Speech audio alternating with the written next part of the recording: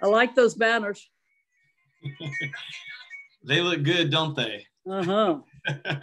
Well, welcome everybody. My name is Jordan Pruitt. I serve as the Associate Director of Special Events with the Office of Alumni Affairs, and we are so excited today to be joined by the Tennessee legend herself, Miss Joan Cronan. We are going to introduce her in just a moment, but before we do, I just want to go over a couple of ground rules with everybody for the webinar today. First and foremost, you'll notice that your microphones have been muted, and that will be the case for the duration of the webinar. That is to avoid any disturbance for Ms. Cronan and make sure that we can have as seamless of a webinar as possible.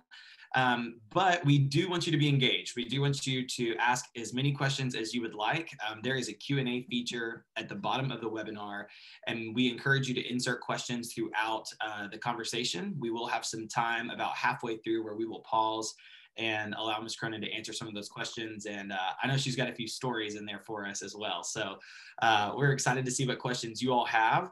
But first, I would like to introduce Ms. Joan Cronan. She was inducted into the Women's Basketball Hall of Fame in 2019. She served as the athletic director at the University of Tennessee, the women's athletic director at the University of Tennessee from 1983 to 2012. And then assumed the position of AD and Vice Chancellor before retiring as Athletic Director Emeritus. In 2019, Joan was awarded an honorary doctorate degree from the United States Sports Academy and was the inaugural recipient of the NCAA President's Pat Summitt Award in 2017.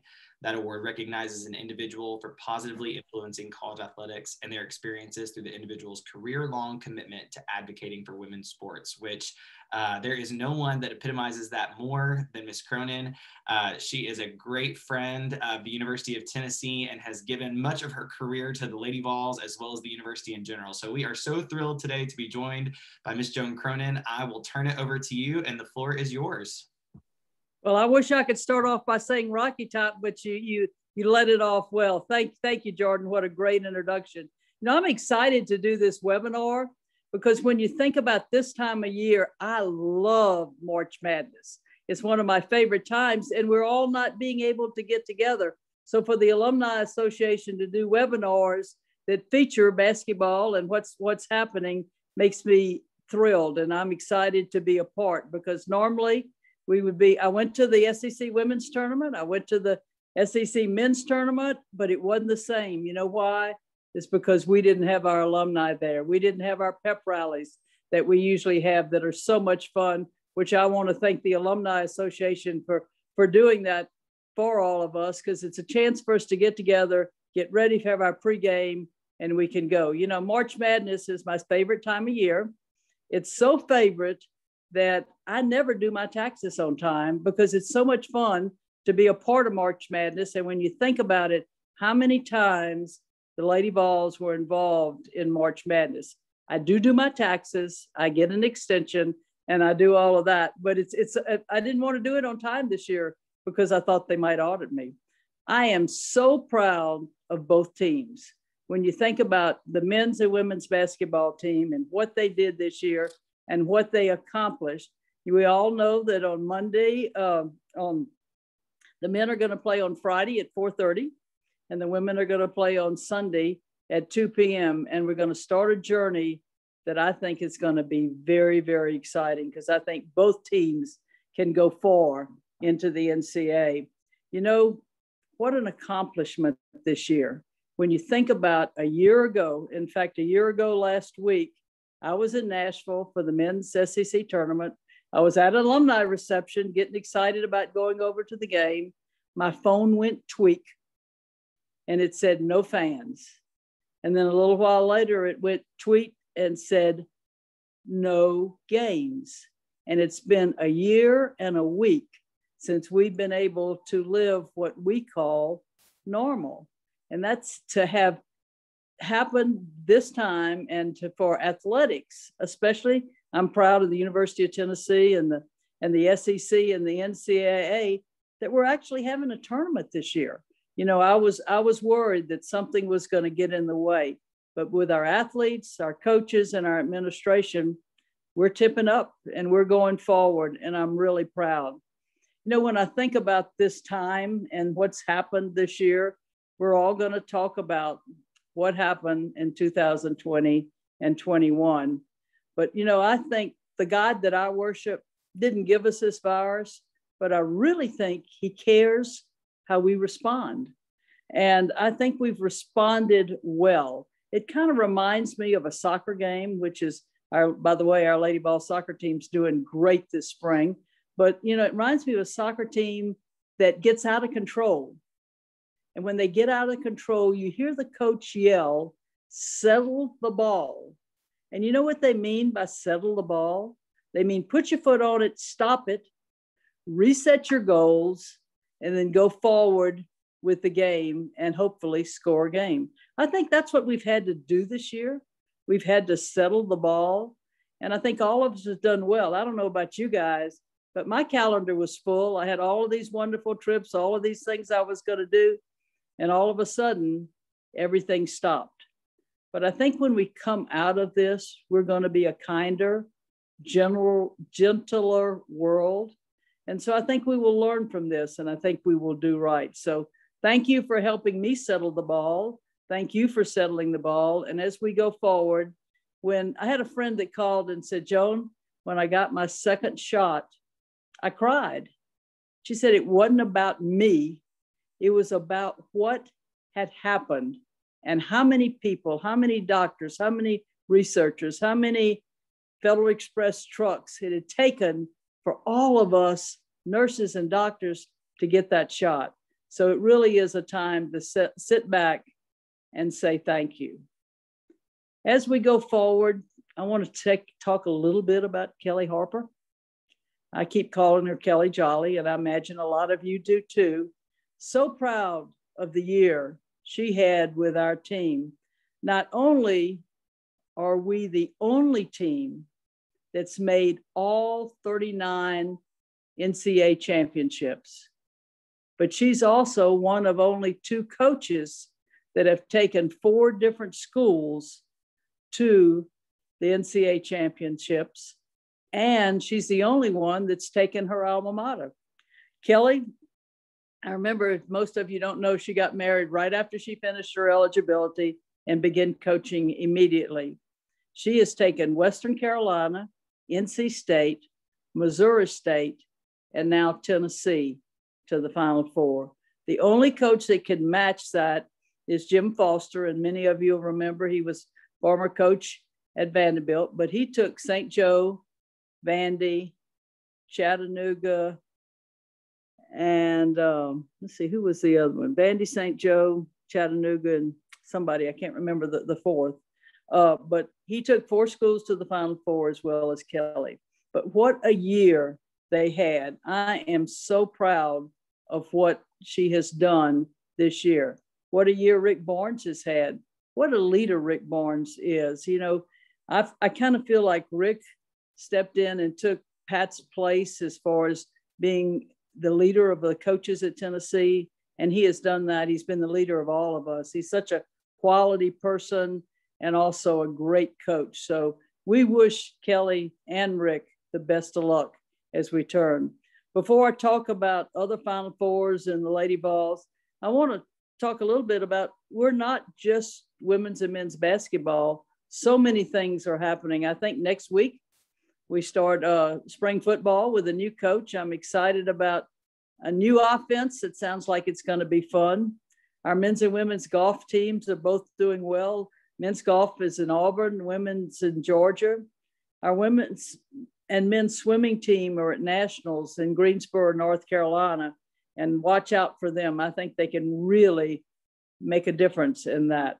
Our track and field outdoor starts up here next week, and our track and field indoors, our men's finished in the top 10 in the country. If you haven't been out to see baseball and softball, get there. They're both very, very good. You might seem strange, but volleyball and soccer are playing this spring. And so I was out at softball on Sunday, and it's so much fun to watch. Both teams are very good. Our rowing team won a big meet out in at Oak Ridge this weekend, and they're off to a great start.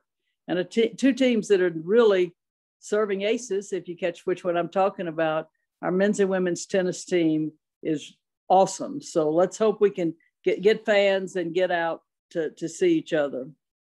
As I think about March Madness and championships coming up, there's so many different things that come to mind. One is how lucky we were to be to so many championships. And we could thank that to Pat Summitt and a lot of young ladies and coaches who were excellent.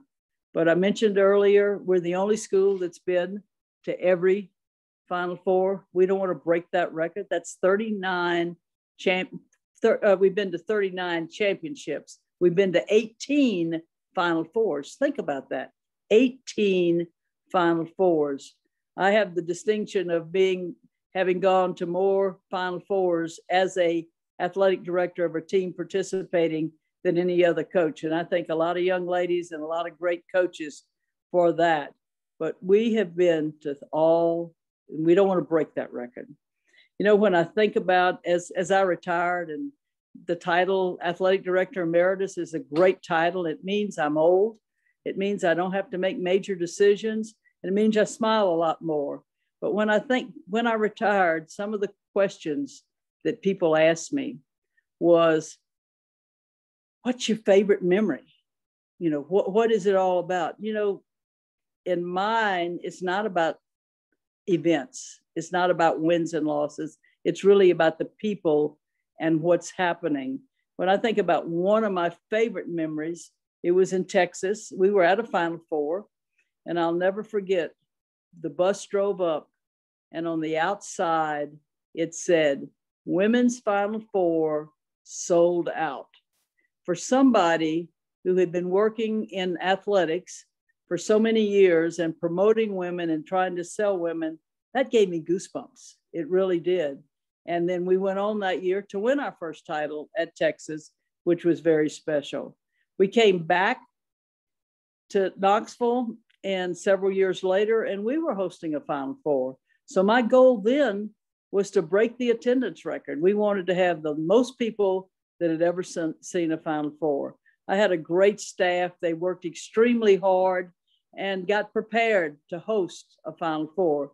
Of course, we were planning to be in it because we'd been to almost every other Final Four, but Virginia uninvited us. They beat us in triple overtime up in Old Dominion. That goes, in my mind, as the worst loss ever, because we were coming back to be at our home court for the Final Four.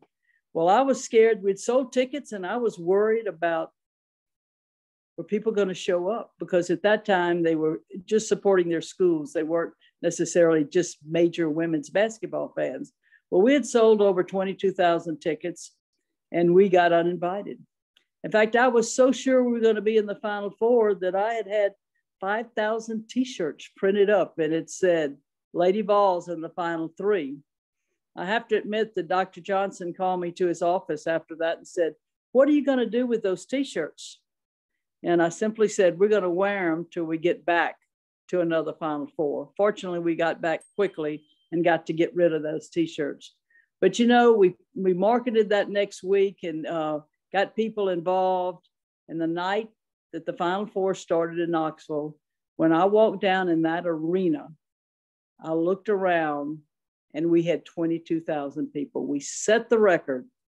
And I knew at that time that Tennessee was a place that I wanted to continue my career because we had people that really, really cared. You know, I can remember, you know, I don't know if many of you know, we know all about Pat's many, many accolades, and we're so proud that she was one of us and was part of our program.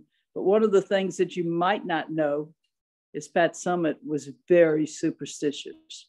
We were in New Orleans for a Final Four, and she and the coaching staff decided we couldn't play a game without having a four-leaf clover. It was so much fun looking down in New Orleans and trying to find a four-leaf clover before we went to the game. But we found one, and we won the national championship. But I also remember, you know, part of what we get to do as athletic directors and coaches is make a difference in young people's lives. And so many of our athletes had not traveled much until they started playing for the Lady Vols. And we were there. And so we got to visit so many of the sites, and so much happened as we were part of traveling. Also, this is an inside story, so don't y'all tell anybody else this, but Pat was pretty superstitious. And the year we lost to San Diego, we lost in the Final Four to Duke, and the Final Four was in San Diego. I had already bought so many tickets and reserved so many rooms that I had to go out to the Final Four and sell those tickets and sell those rooms. And they have a coaches convention, so Pat went also. At the end of the week, the Hyatt offered me a job because I had sold more rooms than they had, but it was a lot of fun. And coming back, I can remember, y'all appreciate this. We started this with Rocky Top. Remember, we weren't involved, so our team didn't get to go to the Final Four dinner, which is for the 4 teams, but I got invited, so I went. And at that time, Gail, the coach from Duke, they had upset us. And, Kelly was part of that team. And I can remember her saying, the disappointment of not getting us back there was incredible. She said it made her a better coach at the end of that. But we had Shamika and Kelly, and we'd been to 3 Final Fours. We'd won 3 national championships. We were sure we were going back, but we didn't, and we lost. And so went out to the Final Four, and on the way back, I flew back to Knoxville, and Pat flew back to Nashville to go home and see her family. And she called me and she said, "Joan, it's going to be okay." And I thought, oh, great. She signed a big recruit. She said, "No, I found a penny heads up." And I said, "Pat, where did you find the penny?" And she said, "In the toilet at the Nashville airport." That's how superstitious she was, that she was always looking for 4-leaf clovers and pennies. But more than that, she was looking for outstanding young ladies who played for you.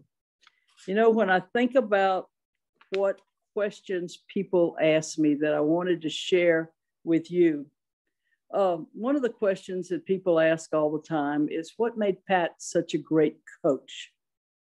And it's easy to answer because Pat was a great teacher.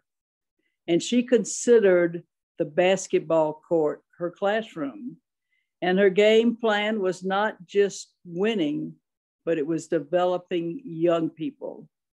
If Pat was here today, she'd be really proud that we're going back to the Final Four, but she would also be really proud of the academic success of our young ladies. People talk about the championships, they talk about all the All-Americans, but if you ask Pat what she was proudest of, she would say, we made a difference in their lives, because every young lady who played for Pat for 4 years graduated. Can you believe that? Every young lady who played for Pat for 4 years. And that's what we were proudest of. I'm going to stop right there and let y'all ask me some questions, and I'll come back with a few stories at the end. Well, thank you so much. Are you back, Jordan? You got some good ones? I'm here. I was just intrigued. I was in a trance there for a second. So thank you for sharing all of that. We already do. You're going to start looking for pennies. I know. You're going to remember that. Absolutely. I'm superstitious enough already as it is. So I'm just glad it wasn't anything like socks or anything like that, because then I thought that could get a little weird. But no, those are cool stories, and thank you for sharing them.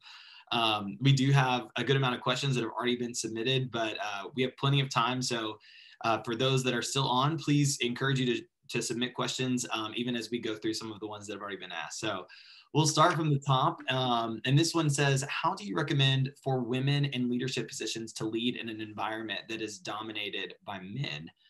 So just what your opinion is on that. Okay, well, fortunately, or unfortunately, I had a great journey, but I had a journey which was filled with men's. I was in a man's world when I decided. At 12 years old was when I decided to do what I wanted to do. I went down and tried out for Little League Baseball, and they wouldn't let me play. And I knew I wanted to be in a business that helped women learn to compete. So as I went through that journey, I had a couple of things. One is I always wanted to be better prepared. And I think that's one of the things, if you sit around, if you're in the conference room, I wanted to be the best, most prepared one at the table. And I can remember we were negotiating television contracts in the SEC. I was the only woman in the room, and CBS and ESPN and Fox were all coming in and doing their proposals. And they always started off with, you guys and Joan. And after about the second or third one did that, I said, time out. I said, I'm not so picky that I can't, if you say you guys, I know I'm included. Because when I coached, I never coached woman-to-woman defense. I always coached man-to-man defense. So those little technologies. So I think one of the things that I give advice to women is don't take themselves too serious, but be prepared. Also, sometimes you can battle things with humor, and rather than necessarily marching and screaming and yelling. When we built Thompson Bowling Arena, the women weren't going to play there. Pat and Dr. Bowling all were saying, no, we're going to have alumni gym just to yourself. And I made the decision that if they wanted me to be athletic director, and I was interviewing for the job as it was being built, I said, if you want me to be athletic director, we got to play in the new arena. And one of the nicest notes I ever got from Pat was, I was right. But, part of the things, it was already being built. So we had to expand the locker rooms and do all that when they made that decision. And I can remember one of my counterparts on the men's side, as I was trying to expand our locker room and take over a visiting locker room, he said in a meeting that, and I wasn't there, he said, it will be over my dead body before she gets that locker room. And they were referring to me. And I said, I could have done a lot of things. I could have called the president and said, you got to do this. The law says you have to do it, or you have to do this. But I believe in facing things straight on. So I simply went directly to my office. I picked up my phone and I called this friend and I said, when am I going to your funeral? And he hesitated. I laughed and he laughed. We met, we got the locker room, and life went on. So sometimes I think when I give women advice is, be good at what you're doing, work hard, build networks, but don't take yourself as too serious sometimes. Yeah, absolutely. Good question. All great advice. Thank you for that. And you've shared some of these, but just a general question that one of our attendees asked was, what are some of your best memories from your time at Tennessee? Gosh, there's so many. I think when it's all about people, not the memories when you get a call in the evening from an athlete who graduated 5 years ago and says, Ms. Cronan, can I use your name on a reference because I'm getting this job or I'm doing this? You run into, I was over in Greenville and I ran into an athlete that I'd actually coached at the College of Charleston many years ago. And she screams and says, I want to tell you how much it meant for me to play on your volleyball team.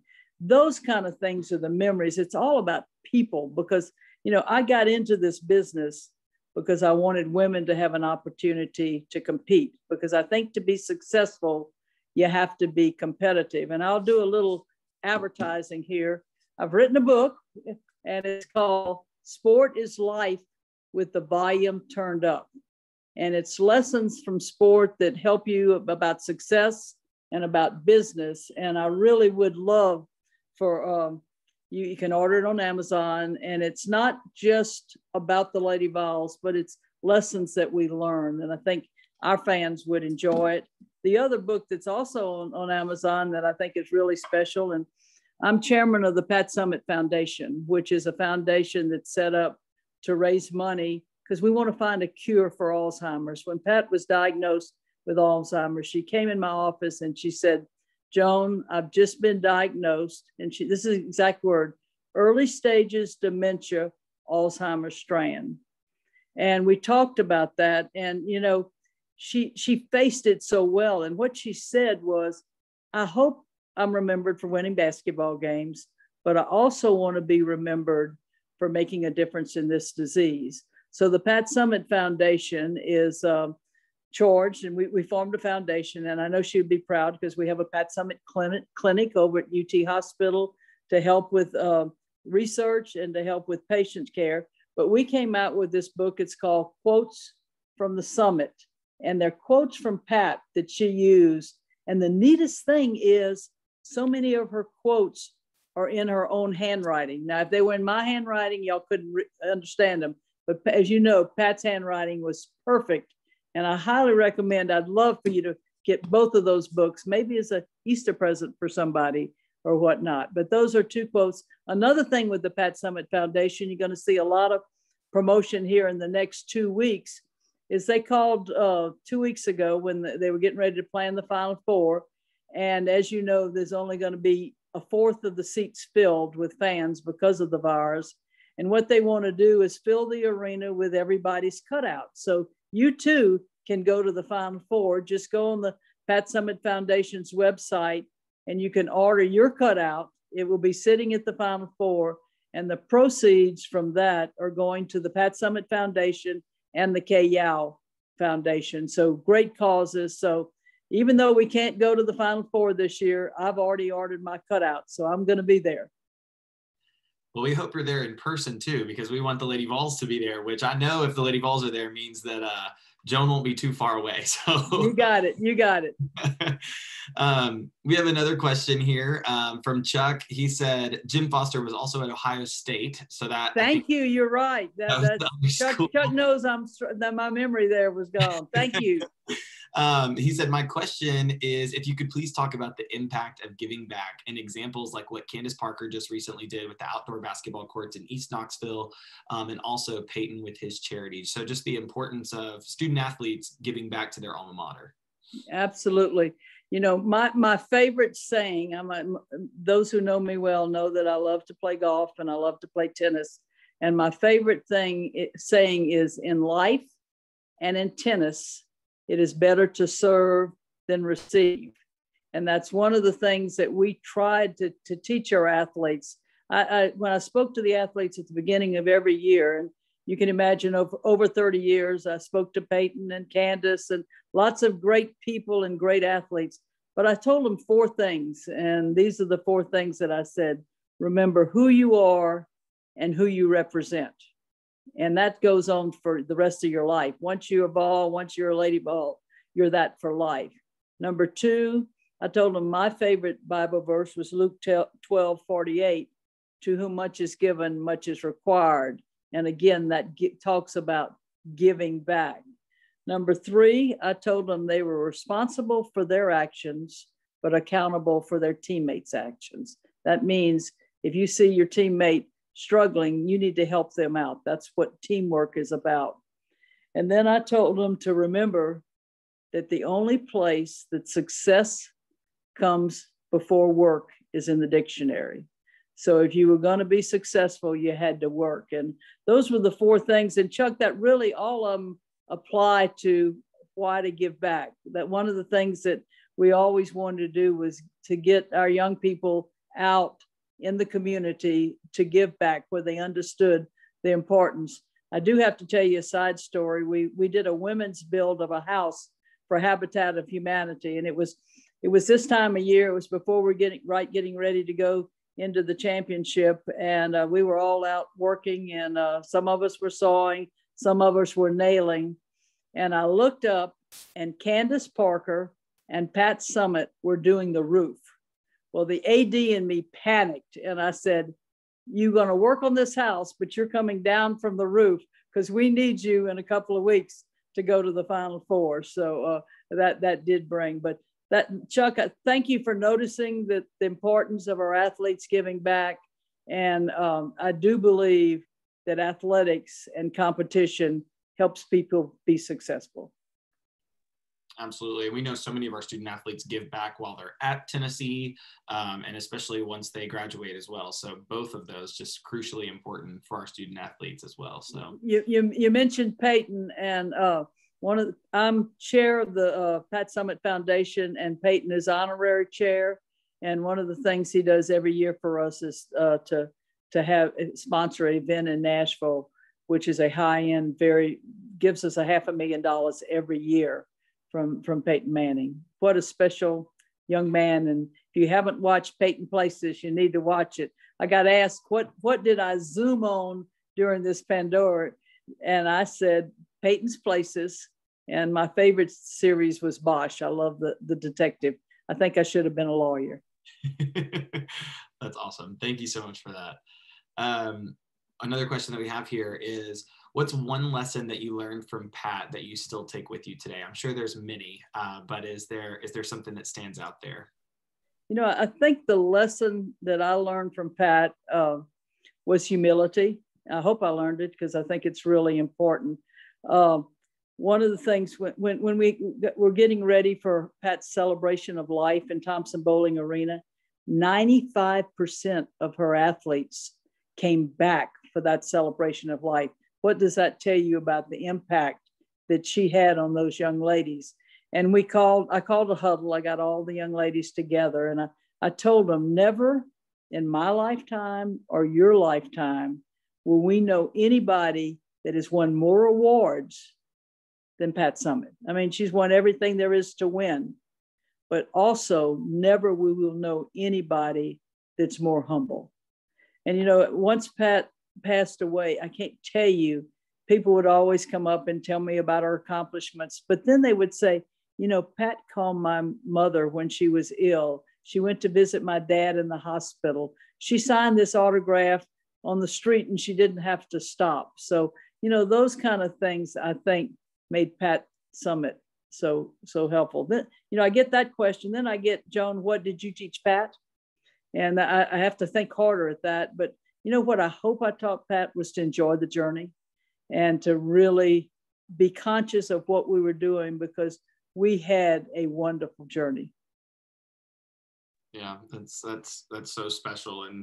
And Joan, I know you and I briefly touched on this before, but you and I had a chance to meet when I worked with the Lady Vols way back when. And I always tell the story that Pat was at practice one day and I was a student manager. So I was, you know, hauling up and down the court and she was sitting on her stool on the side of the court. Yeah. And her arm and she stopped me and it was close to Thanksgiving. And she said, you going home for Thanksgiving? And I said, yes, ma'am. And she said, what are you taking to your parents? And I said, well, usually my parents do the cooking. I don't usually have to cook. And she said, if you learn one thing from me today, it's that you always bring something home when you come home. And she said, I'm going to tell you how to make a pumpkin pie. And in the middle of practice, she stopped and gave me an ingredient list on how to make a pumpkin pie. And I was writing it down in my phone. And I thought, that's just who she was. Jordan, that is so Pat Summitt. It is amazing. You know, I get asked, you know, how's it to work with a power coach? Well, Pat was a successful coach, but she was a coach that really cared. Mm-hmm. Mm-hmm. That's great. And I think managers are a real important ingredient to our success. We had some great managers and you learn a lot being a manager. Yes, absolutely. Absolutely. So many great stories, but thank you for sharing that. Another question that we have here. So what advice do you have for students who may be looking to start their careers after graduation? You know, I think one of the things that's so important is take advantage of the opportunities at Tennessee. It's an incredible institution that has so many people that care. And if you are not networking on campus, you're not doing right. I think one of my favorite sayings is, we all heard the saying, it's not what you know, it's who you know. Well, I think that's wrong. It's not what you know. It's not who you know. It's who knows you. And just remember that you have to get to know people for them to help. So I would give them the advice of continue to do what they're doing in the classroom, but get involved on campus and get involved in networking. Absolutely. Thank you so much. We have a question from Wayne Ballard. He's class of 2012. He said, hello from Charlotte. He worked with Tom at CN for years. Okay, Carson Newman. Yeah, Wayne, yeah. And he misses his friendship. He said, thanks for sharing today. Can you share what the biggest challenge you faced as an AD at UT was? Ooh, that's a great question. I think the biggest challenge any of us face is balancing our life.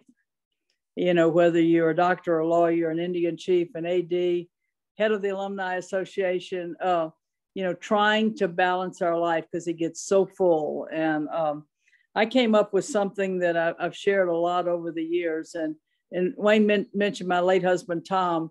You know, if I have somebody who influenced my life the most, it was him. He was a huge cheerleader, a huge supporter, and I couldn't have done all I did without his support. And one day I came home from the office and I snapped at the girls, my daughters, and I thought, you know, they hadn't done anything. Why I was upset with something I took home from the office. And I thought, how can I learn to balance my life? Well, I would ask all of our folks out there, how many of you know what your priorities are? And we probably all could raise our hand. If you ask me what my priorities are, I would say God, family, Tennessee, athletics, golf, tennis, on down. If you ask me, did I always balance my life? No, I try, but I get them out of whack. Another question I'd like to ask you is, how many of you like to make lists?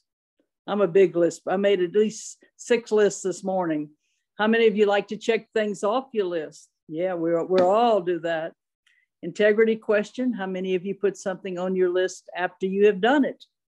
I've done that too. It feels good to put it down and check it off. So I knew my personality. I knew what I was trying to do, and I'm trying to figure out what I can do to balance my life. I came up with a system that I use called the BELLS system. So I write the letters BELLS, and I want to check them off each day.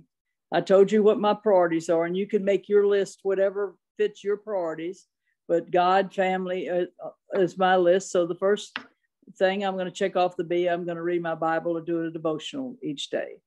The E is I'm going to do exercise, do something fitness that helps me be better.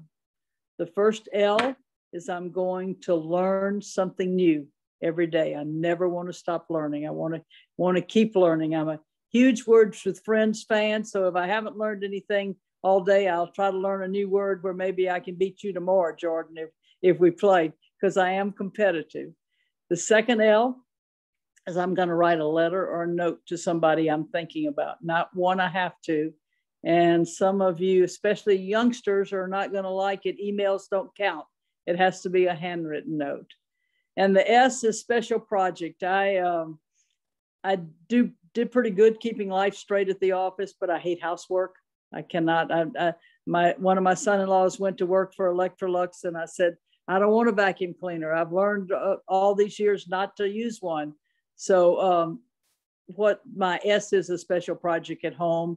Just could be cleaning out the refrigerator drawer or my sock drawer or something like that. So I can tell you, I wish I could tell you, everybody, that I make the bells ring every day, but the days I do, I feel a lot better.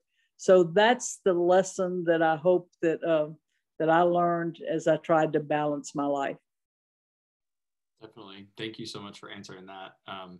Another one here, and you touched on the Pat Summitt book with all of her quotes, and I know that I have several that I write down and keep on my computer. But one person asked, "What do you have a favorite Pat quote in your repertoire?" Yeah, there are 2. We all like the left foot, right foot, breathe. You know, just keep going. But the one that I really hits me sometime is discipline yourself before someone else has to discipline you. We all know when we start screwing up. So use that self-talk and discipline yourself. You know, one of the things that the Pat Summitt Leadership Group and the Pat Summitt Foundation are working on, Pat had those definite dozen, and they were so good. And both of those are part of the definite dozen. And my goal is to make the definite dozen and John Wooden's pyramid of success on the equal stance. So that's one of the things we're doing at the Pat Summitt Leadership Group and the Pat Summitt Foundation. That's awesome. Yeah, definitely. And there's so many of her quotes that are impactful. So definitely tell me one that impacted you. My favorite quote is, "It is what it is, but it'll be what you make it."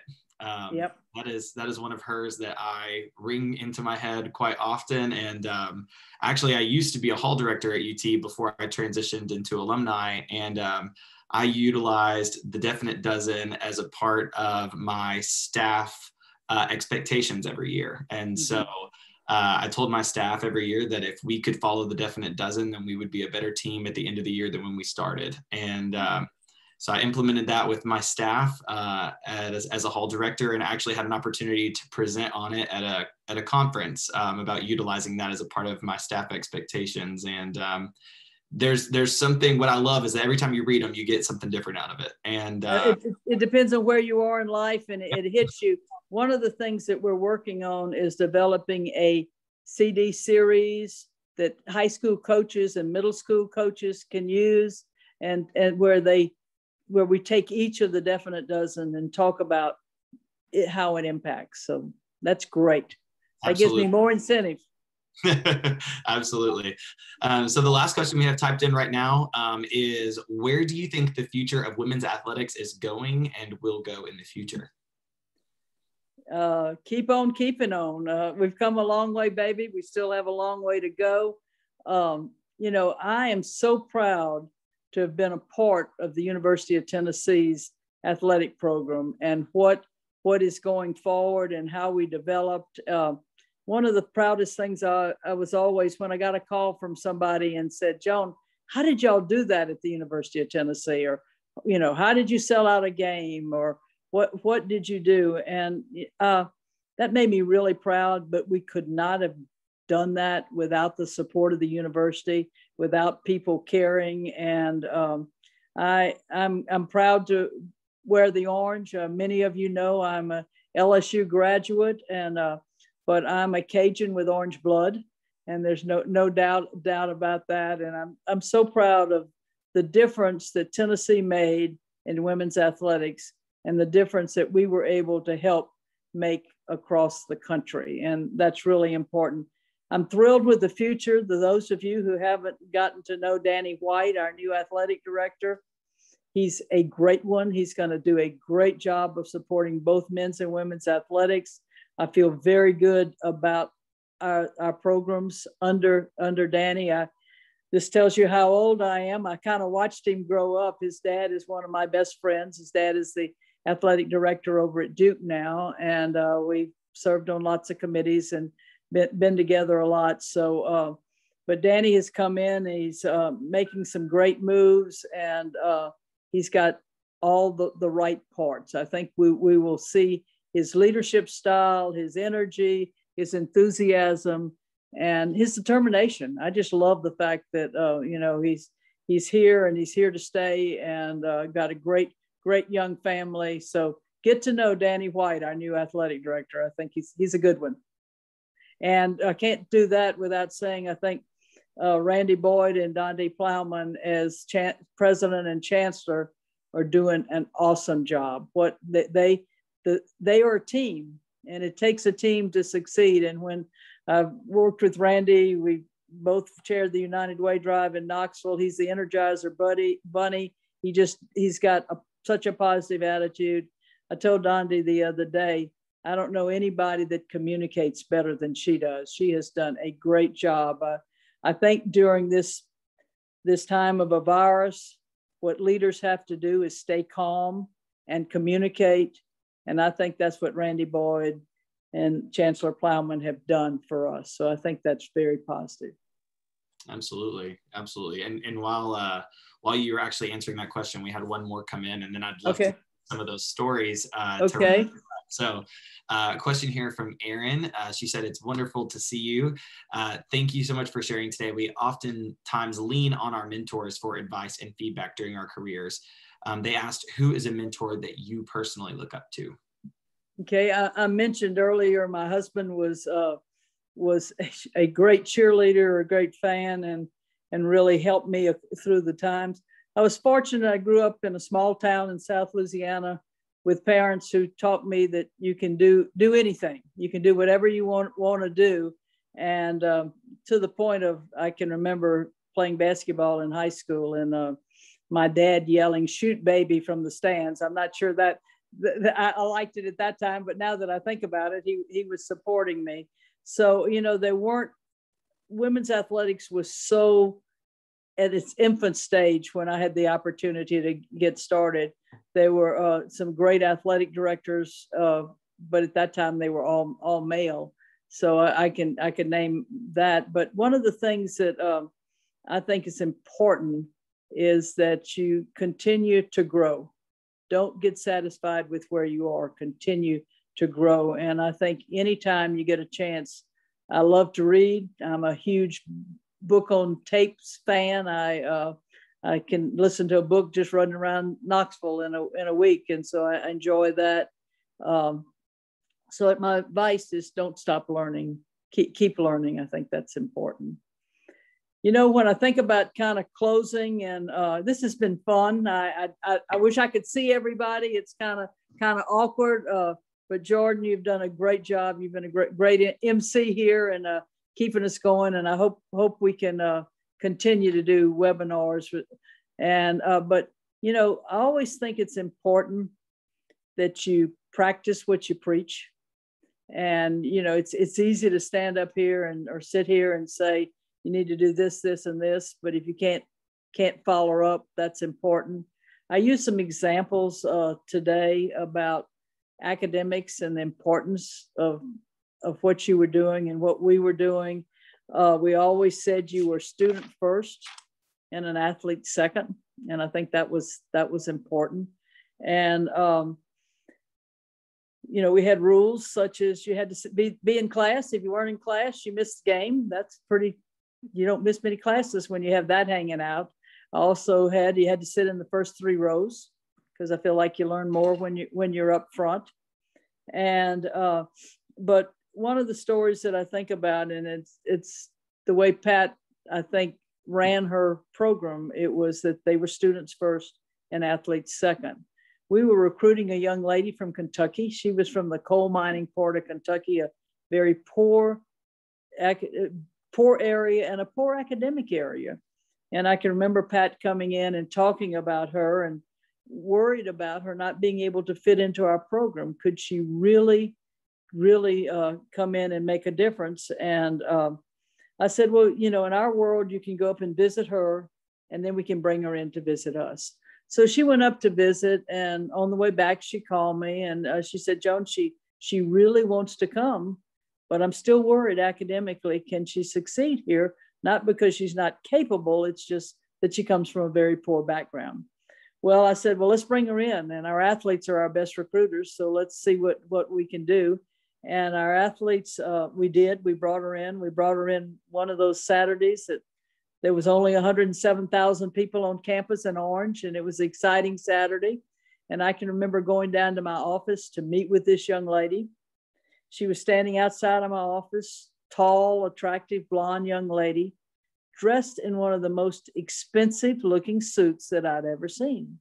Well, you can imagine my mind talk as I continued to visit with her, and I'm seeing this expensive suit. So finally I said, you know, that's one of the prettiest suits I've ever seen. And she looked at me and she smiled and she said, Miss Cronan, when Pat came in to visit my home, my mother drew a picture of the suit that Pat had on, and my mother made this suit for me to come in and visit. Well, gang, I'm soft-hearted. That kid was signed. You know, she was already one of us. And so when she came in, she did well. The first freshman, sophomore year, she did well academically. She wasn't the star on the team, but she was always the blue-collar worker and making things work.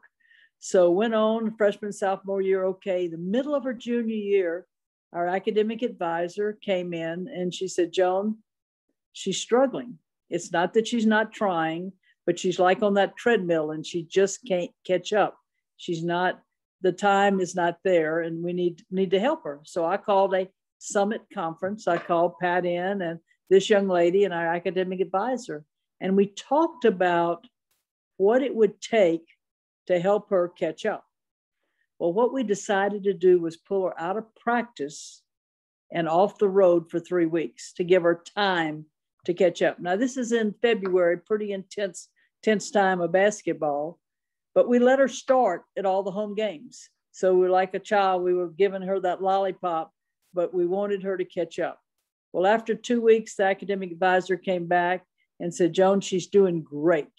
So she started traveling, started competing, started practicing, went on to the SEC tournament that year, and we lost in the finals. But this young lady made the all tournament team. And I was so proud we hadn't denied her that opportunity. Went on to the Final Four. We're getting ready to play in the semifinal game, and I'm trying to be sure the coaches have everything they need. The president's planes land, the alumni reception's going on, everybody has their tickets. And I run back to my room to change clothes to get ready for the game, and my phone rings. And it's this young lady, and she's crying. And I said, what's wrong? She said, Joan, I wanted you to be the first one to know that UT just called and I made the dean's list. So she made the dean's list, went on to help us win a national title.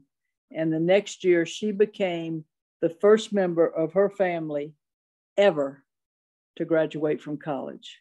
That's what I think walking your walk is all about. So that's what makes me proud to have been part of a program whose standards are high and part of a program that takes a lot of pride. And I think ESPN came in my office one day in the middle of our big success, and they said, Joan, why are the Lady Vols so successful? Well, I wanted to give them my 30-minute speech, but all they wanted was sound bites. You know, they like ticker tapes. I keep wanting them to have a ticker tape that's only positive things, but they all throw in those negatives too. But I told them, I said, we have developed a pride and a passion about what we're doing.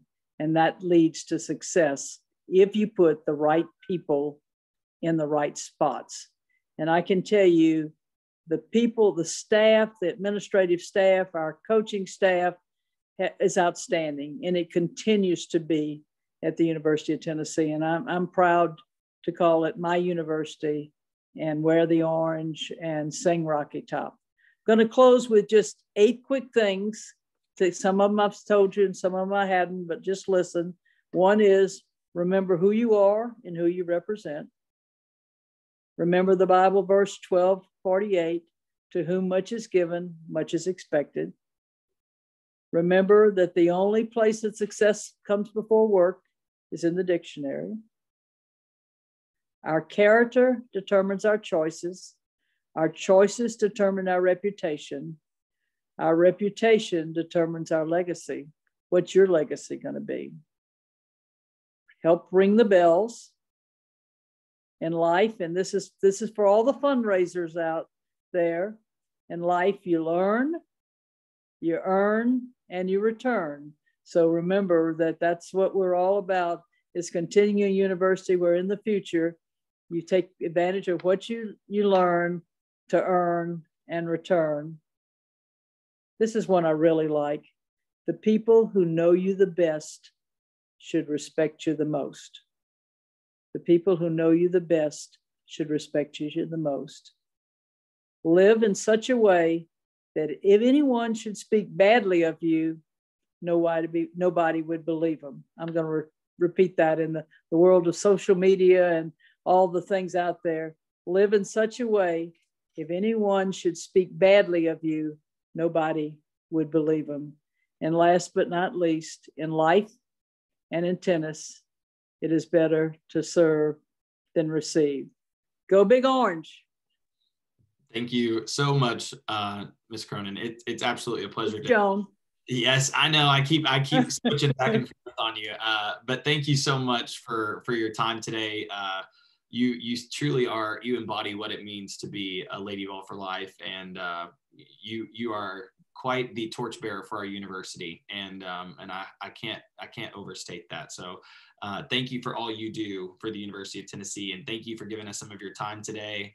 For everybody that was here in attendance, you will get an email later today or early tomorrow that will have a recording of today's webinar as well as a survey for you. And we also have more events similar to this one coming up, which you can find at alumni.utk.edu.